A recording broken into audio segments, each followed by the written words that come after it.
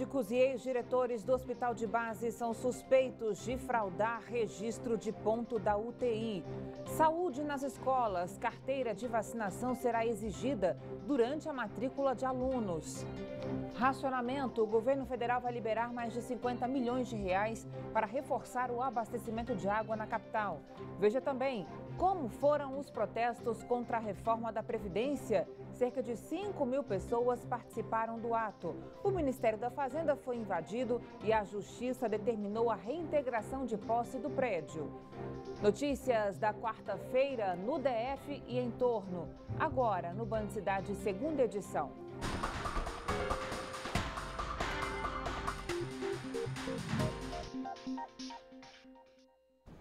Olá, boa noite para você, seja muito bem-vindo. Fraude na saúde. O Ministério Público do DF e a Polícia Civil investigam um esquema que envolvia médicos do Hospital de Base. A suspeita é que os profissionais fraudavam o registro de ponto. Entre os acusados estão um ex-diretor-geral da unidade e a ex-diretora da UTI. O esquema de fraude no registro de frequência dos médicos do Hospital de Base ocorreu entre 2013 e 2016. As investigações começaram depois da denúncia de funcionários da unidade que relataram a situação ao Ministério Público do Distrito Federal. Dizendo que era uma questão rotineira a ausência de médicos e a falta de médicos na UTI adulto do HBDF. E aí nós iniciamos as investigações por meio dessas informações. 85 policiais civis cumpriram 16 conduções coercitivas e 16 mandados de busca e apreensão nas casas dos médicos, na Fundação de Ensino e Pesquisa em Ciências da Saúde, a FEPEX, e no Hospital de Base. A suposta líder do esquema é Vânia Maria de Oliveira, que foi chefe da UTI adulta do Hospital de Base de 2013 a 2016. Nesse período, além desse cargo, ela chegou a ocupar ao mesmo tempo a função de intensivista do setor e ainda trabalhava em outros 2 hospitais particulares. Ela também é suspeita de usar atestados para abonar as próprias faltas. A operação identificou diversas irregularidades relacionadas ao horário de trabalho desses servidores. Os médicos da UTI adulto permaneciam por horas a mais desnecessárias no seu plantão, eles chegavam com atrasos excessivos e mesmo aqueles médicos que tinham banco de horas negativos, a eles eram concedidos abonos, mesmo estando com banco de horas negativos. Com esse esquema fraudulento, tinha médico que tentava fazer milagre, só que não para salvar vidas, e sim para aumentar o salário no fim do mês. Isso porque, teoricamente, ele cumpria o horário de trabalho em 2 hospitais da cidade. Mas o problema é que ele tinha de estar nas unidades ao mesmo tempo, o que na prática era impossível acontecer. Na HBDF o ponto é eletrônico e na FEPEX o ponto é manual. Então existem médicos que eles cumpriam carga horária exatamente no mesmo horário, numa instituição e na outra, ou seja, em algum dos 2 lugares eles não estão trabalhando, quiçá em nenhum deles. O diretor-geral do Hospital de Base durante o período, Julival Fagundes Ribeiro, também está sendo investigado. O esquema prejudicou o funcionamento da UTI da unidade, já que frequentemente médicos não estavam no local de trabalho. Os envolvidos podem responder pelos crimes de peculato, falsidade ideológica e até organização criminosa. Agora o Ministério Público vai analisar os documentos e provas apreendidos na operação, como atestados, folhas de ponto e escalas. Olha, a Operação Ígia do Ministério Público e da Polícia Civil do DF é muito importante. Explica por que as pessoas reclamam tanto da qualidade da saúde pública no Distrito Federal. Mas é também entristecedor porque os alvos da investigação são profissionais de saúde que fizeram a bonita opção de salvar vidas.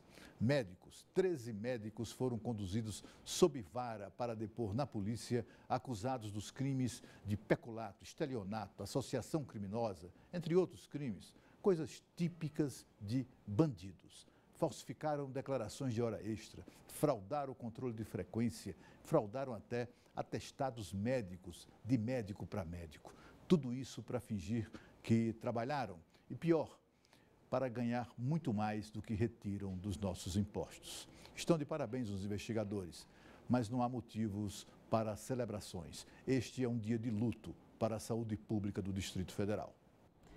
Os Ministérios da Saúde e da Educação fizeram uma parceria para ampliar a vacinação contra o HPV e a meningite C. Estudantes vão receber o reforço das doses nas escolas e os pais vão ter que apresentar as cadernetas na matrícula do aluno. Veja. A parceria visa ampliar a imunização de crianças e adolescentes.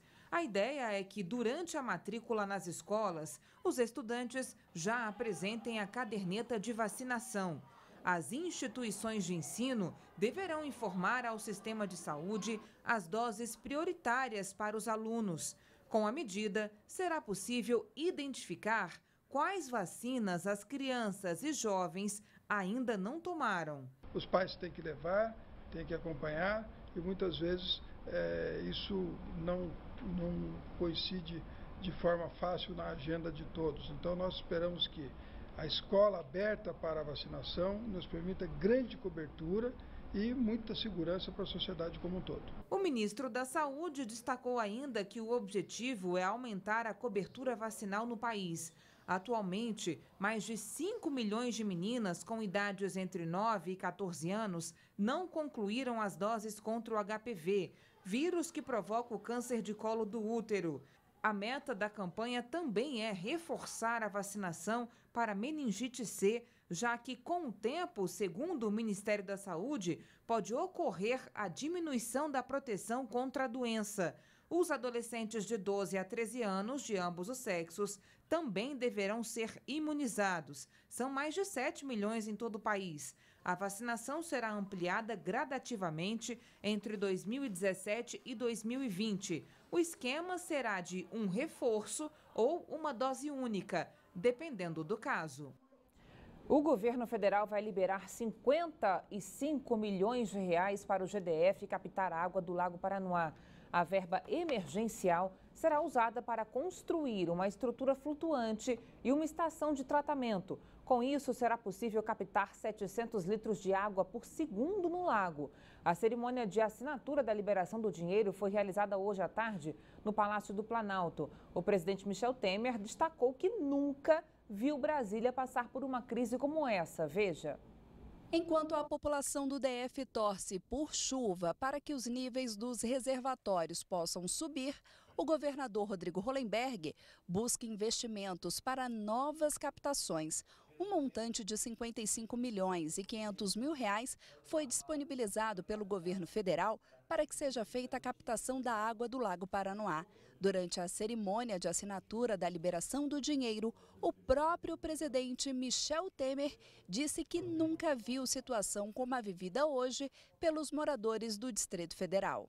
Eu confesso que estou morando praticamente em Brasília há 30 anos e jamais, governador, eu assisti a uma crise hídrica como esta que Vossa Excelência e os habitantes, nós todos os habitantes de Brasília, estamos enfrentando. Com um prazo de 180 dias para concluir as obras de captação de água do Lago Paranoá, o governo do Distrito Federal corre contra o tempo. Na tentativa de agilizar todo o processo, o chamamento para a licitação já vai ser publicado nesta quinta-feira no Diário Oficial da União. É um aporte de 55 milhões de reais para uma contratação emergencial, em que a CAESB já soltará os editais de licitação amanhã para captar 700 litros por segundo e, com isso, transportar essa água para regiões próximas do Lago Paranoá. E o ministro da Integração Nacional, Helder Barbalho, garantiu que o Ministério vai acompanhar de perto o cumprimento dos prazos. Haverá processo de pregão eletrônico para acelerar este ritmo e, claro, nós estaremos acompanhando a execução destes prazos, inclusive por conta da decretação de emergência com que o Distrito Federal hoje se consta. As regiões abastecidas pelo reservatório de Santa Maria, que enfrentam racionamento nesta quarta, são Sudoeste, Octogonal, Cruzeiro Novo, setor de indústrias gráficas, Esplanada da Torre e condomínios do Jardim Botânico. Também ficam sem água Guará, Taguatinga Sul, Arniqueiras e Riacho Fundo 1, que fazem parte do Descoberto. O cronograma completo está no site caesb.df.gov.br. O protesto contra a reforma da Previdência reuniu cerca de 5 mil manifestantes e não 10 mil, como a PM havia informado. O novo balanço foi divulgado hoje à tarde pela Secretaria de Segurança Pública. Durante a mobilização, as pistas do eixo monumental foram bloqueadas e o Ministério da Fazenda foi invadido por integrantes do Movimento Sem Terra. O grupo ocupou salas e quebrou vidros do prédio. À tarde, a Justiça determinou a reintegração de posse do local. Os integrantes do Movimento Sem Terra invadiram o prédio do Ministério da Fazenda por volta das 5 horas da manhã. O protesto é contra a reforma da Previdência. A Polícia Militar informou que cerca de 300 manifestantes participaram da ação. Para entrar no edifício e ocupar alguns andares, eles quebraram os vidros da entrada principal e lateral do prédio. Ainda segundo a PM, 2 mil pessoas participam do protesto, ficando em frente ao Ministério da Fazenda. Em um determinado momento, o grupo se dividiu e parte dele seguiu para a Avenida das Bandeiras. Lá, os militantes colocaram cruzes no gramado em frente ao Congresso. Segundo os líderes do movimento, a ação simboliza o fim da aposentadoria. A desocupação do Ministério da Fazenda aconteceu por volta de 4h30 da tarde. Professores da rede pública do DF também apoiaram as manifestações desta quarta-feira. Algumas escolas não tiveram aula porque a categoria começou mais uma greve e por tempo indeterminado. Os docentes reivindicam aumento de 18% nos salários.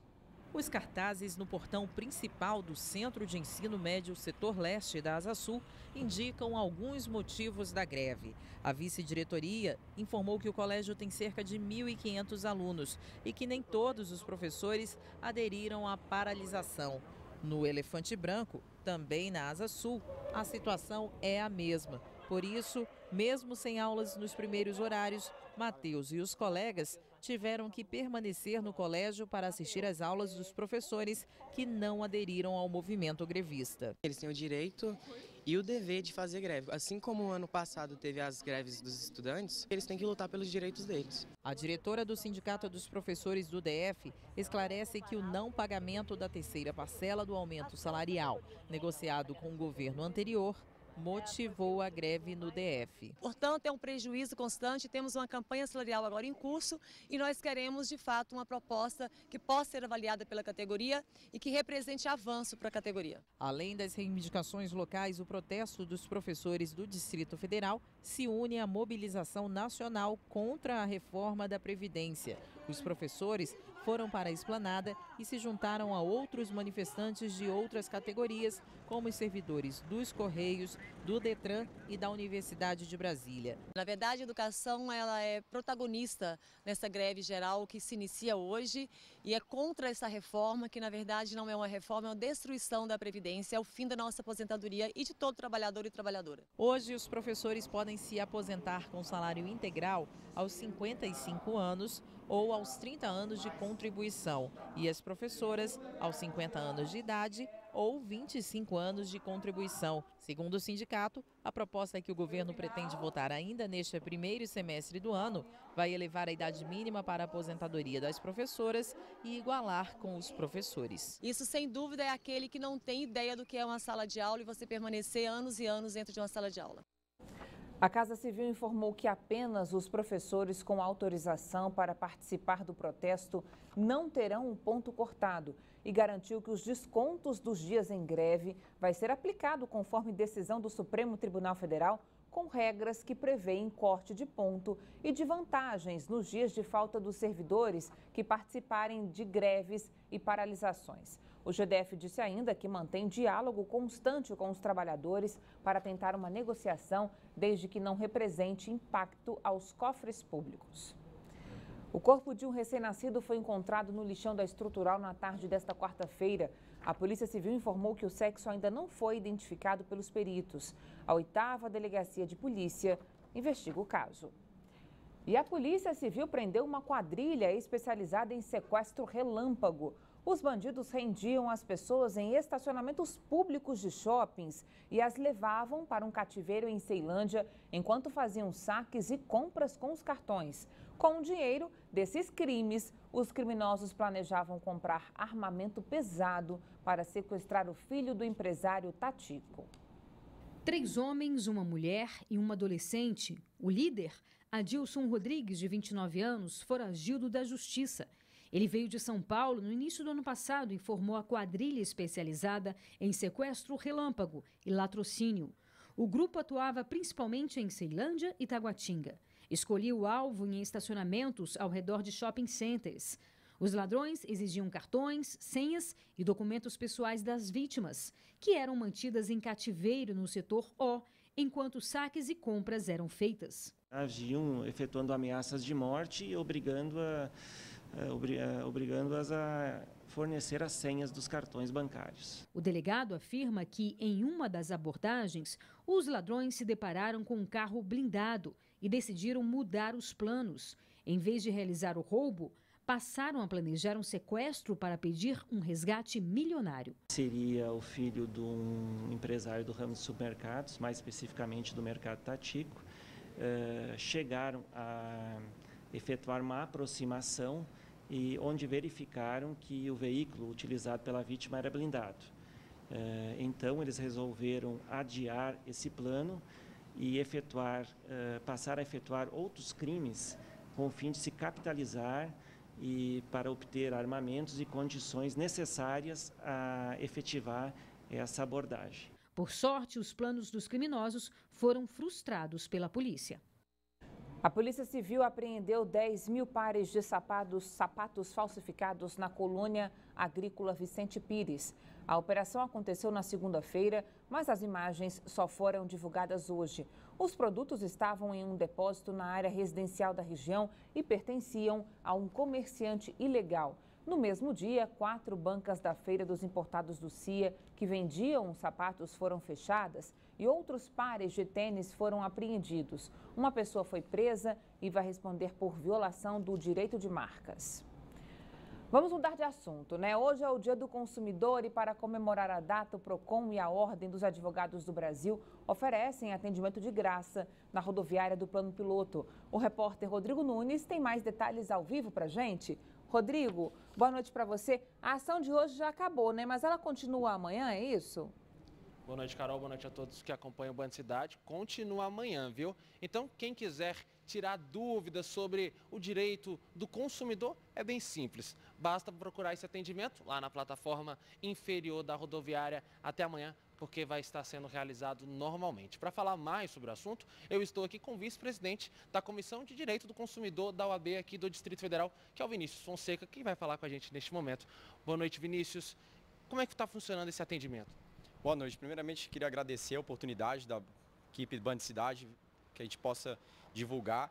O atendimento está acontecendo de 10 às 17 horas. Nós ficamos já hoje lá fazendo esse atendimento e amanhã, como você mesmo disse, nós vamos estar lá novamente prestando esse atendimento à sociedade de forma voluntária. Ou seja, todo mundo que quiser chegar até lá e tirar essas dúvidas com relação ao direito do consumidor, nós vamos estar prestando essa informação juntamente com o PROCON até às 17 horas.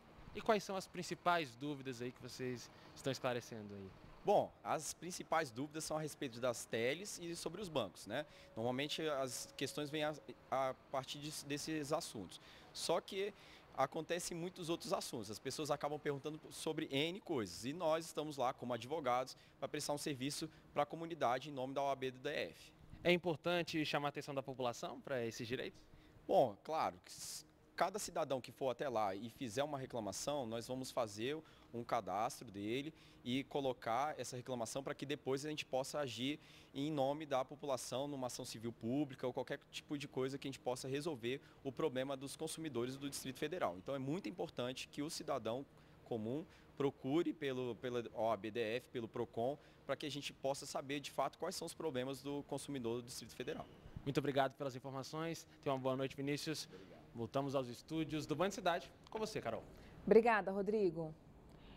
Veja a seguir, relator da Lava Jato no Supremo Tribunal Federal deve começar a analisar a lista de Janot ainda esta semana. Os ex-presidentes Lula e Dilma foram citados pelos delatores da Odebrecht. Depois do intervalo, até já.